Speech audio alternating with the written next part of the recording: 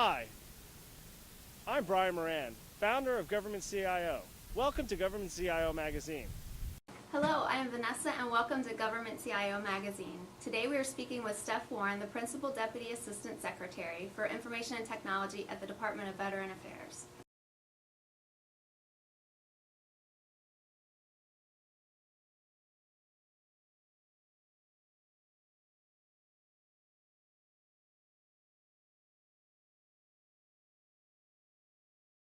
Great question. The VA actually has a long tradition of innovation. If you go back to the VISTA system that we use, it's a world-class healthcare delivery system, that was actually deployed at the grassroots.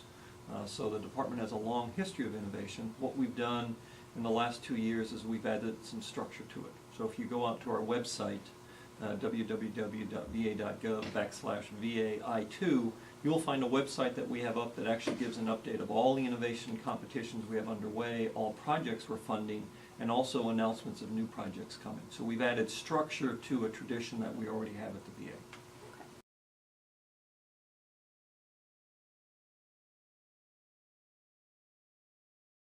Great question.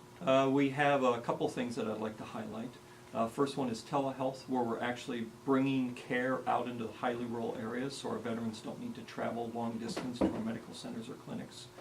Second one is we're deploying self-help apps out on the mobile devices so veterans can assist themselves with pointers in terms of where they need to go or where they need to go for assistance. And probably one that doesn't come to mind, not from a technology standpoint, we changed the way we do development at the VA. So this past fiscal year, we delivered on 89% of our milestones for delivering customer-facing functionality. So it's not just technologies, it's innovating in how we do things.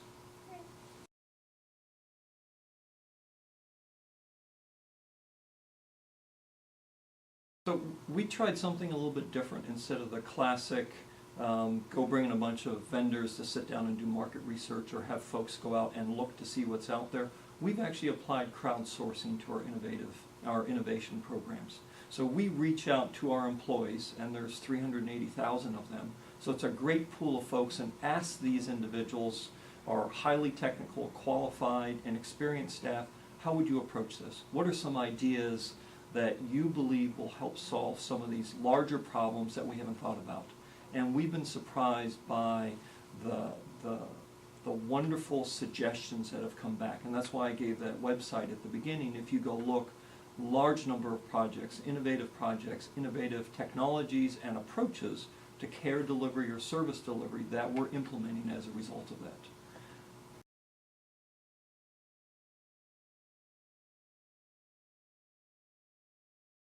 So we have a built-in advantage, I think, to many of the cabinet level departments. We're centralized. So we have the opportunity of not having to deal with multiple parts of the department buying their own thing.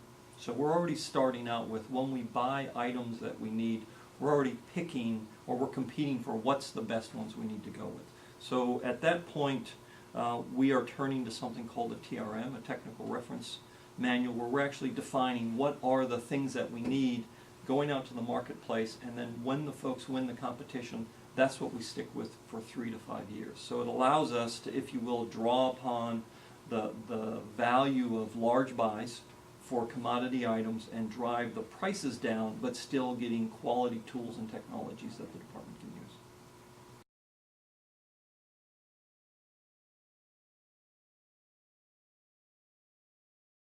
So innovations that we're seeing and using that allow us to make our workforce more mobile. I would say the tools that are available today in terms of mobile devices that have the same resolution that computer monitors had on just a couple of years ago. The ability of virtualizing the desktop, what you actually use at work normally, and being able to bring it to your home computer without leaving the information behind. The large pipes that are being put in place so you have high bandwidth movement of information. So a lot of things that are taking place in the consumer market that directly translate over into what we need to provide as an enterprise IT organization to our workforce.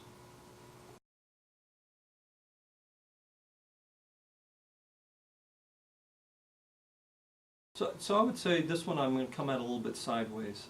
I really couldn't pick a particular social media network or technology.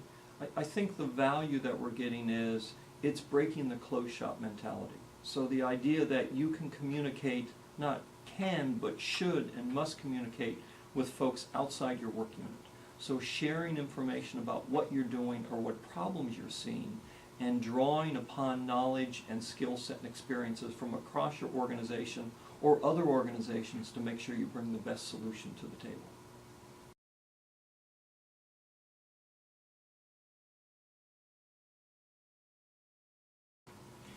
So from an information protection standpoint, there's a lot of interesting technologies that are coming to the table. Most of it deals with the ability of having awareness of what's taking place in your network. IPv6 is great from a control standpoint. The Einstein program out of Homeland Security in terms of allowing us to be able to segment down and starting to observe what's happening and having the computational ability to process large volumes of information and saying, that's a needle we should be worried about. So that's from a large standpoint. Probably the one that we don't talk about enough is MDMs, or mobile device management tools. So we now can support different platforms, whether it's Android-based or iOS or BlackBerry or a multitude of devices within the same framework, and to be able to control what software can you use on the device, what information can you use on the device, such that if an employee has an assigned device and they put Angry Birds on it and it's contrary to our policies, well, when they hook up to us, we blow Angry Birds away and they can keep doing their work. So the ability of allowing them to use the tools, but putting the controls in place to make sure we don't have information leakage. And if by chance the device gets stolen, we can turn it into a brick. So all it's really good for is, if you will, a bookend or a boat anchor.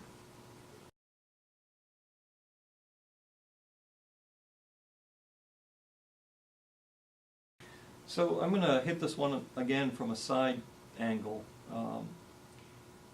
If we focus on just innovation and innovative technologies, we fall into the pitfall of just using new technology in old business processes. So all you're doing is old things or less efficient things quicker.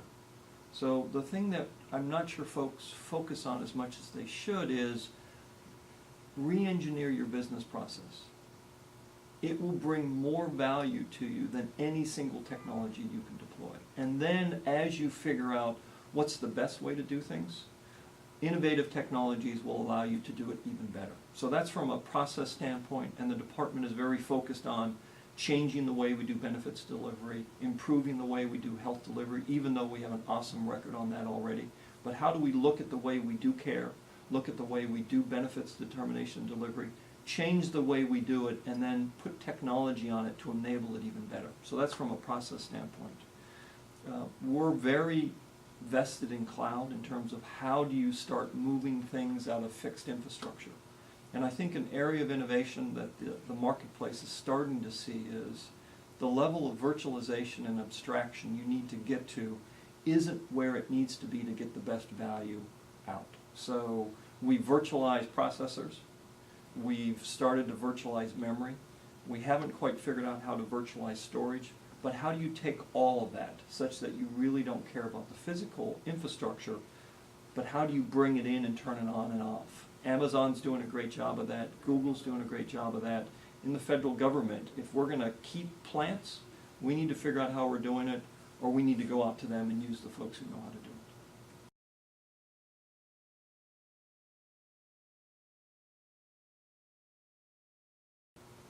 The majority of IT shops, not just in the federal government, but outside the federal government, they're hitting in the 30-some%.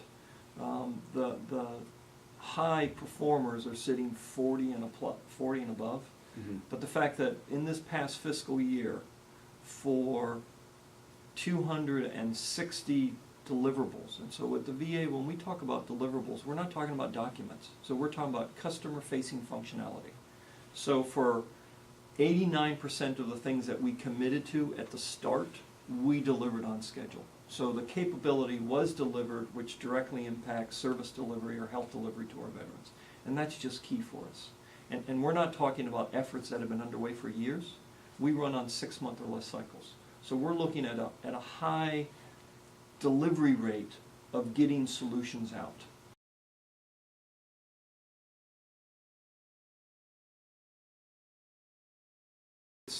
It's agile. It's agile delivery.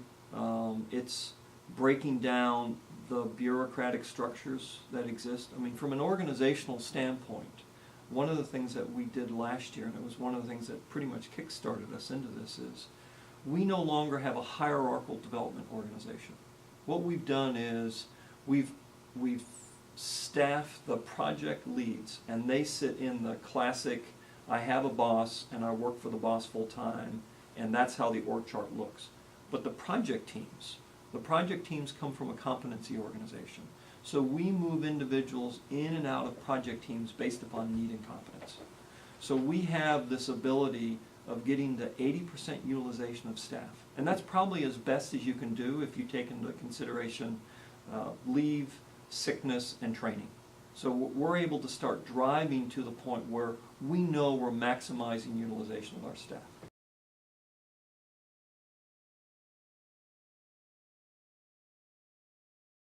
Actually, it's made it easier because if you look at the way we manage, the way that the classic project organization works in the federal government is you have a PM, right? And the PM has 2 responsibilities and they compete with each other. I got to deliver no matter what, but I have to make sure I take care of my workforce in terms of training and performance feedback. And you know, for projects that have strong PMs on it, that second mission fails. Oh, absolutely. And for the caring and compassionate leader who really cares about their person, there are all kinds of reasons why the project doesn't deliver. So what we've done is the employees are assigned to an organization and their supervisor of record only cares about them, their training, and their ability to succeed in their day-to-day job. And they're assigned into a PM organization, and that PM's focus is deliver, deliver, deliver, deliver. So we actually have a supervisor who can care about the training level and the skill level and the competency level of the employee whilst having somebody who drives to success. And so to be able to move the employees from project to project to meet the emergent need, we can get a utilization rate that allows us to deliver. So that's a key piece, which is the organizational bit. The focus on chunks of delivery, it's 6 months or less. If you can't deliver in 6 months, we don't start.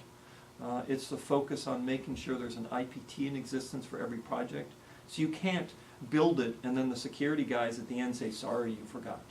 Or you can't build it and the ops folks at the end go, you mean I need to support that?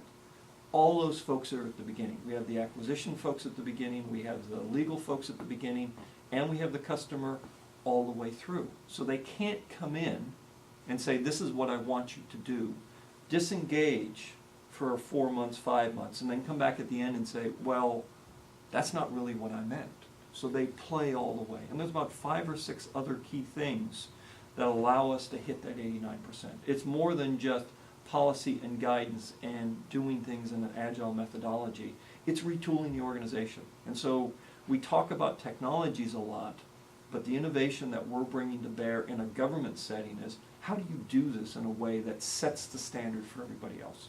And I'd say that's probably the key innovation. I mean, that allows us to get to telehealth. It allows us to get to the major initiative we have underway of developing an open source community to support an electronic health record. Instead of just buying systems from folks, how do we apply crowdsourcing to replacing our crown jewel, if you will, right? This healthcare system, the application that we use, the VISTA system, is best in class. So how do we keep it best in class, but draw upon the skill set and the knowledge of the folks who helped develop it and who have a lot of interest in it? There are many countries whose healthcare system is built on the VISTA tool. So it's not just in the US, it's not just the VA, the Indian Health Service uses it, Norway uses it, many countries use it as their system. So now let's work together collaboratively and grow it further. So I'd say those are key things that we're doing here. And I could go on for a long time, but those are probably key.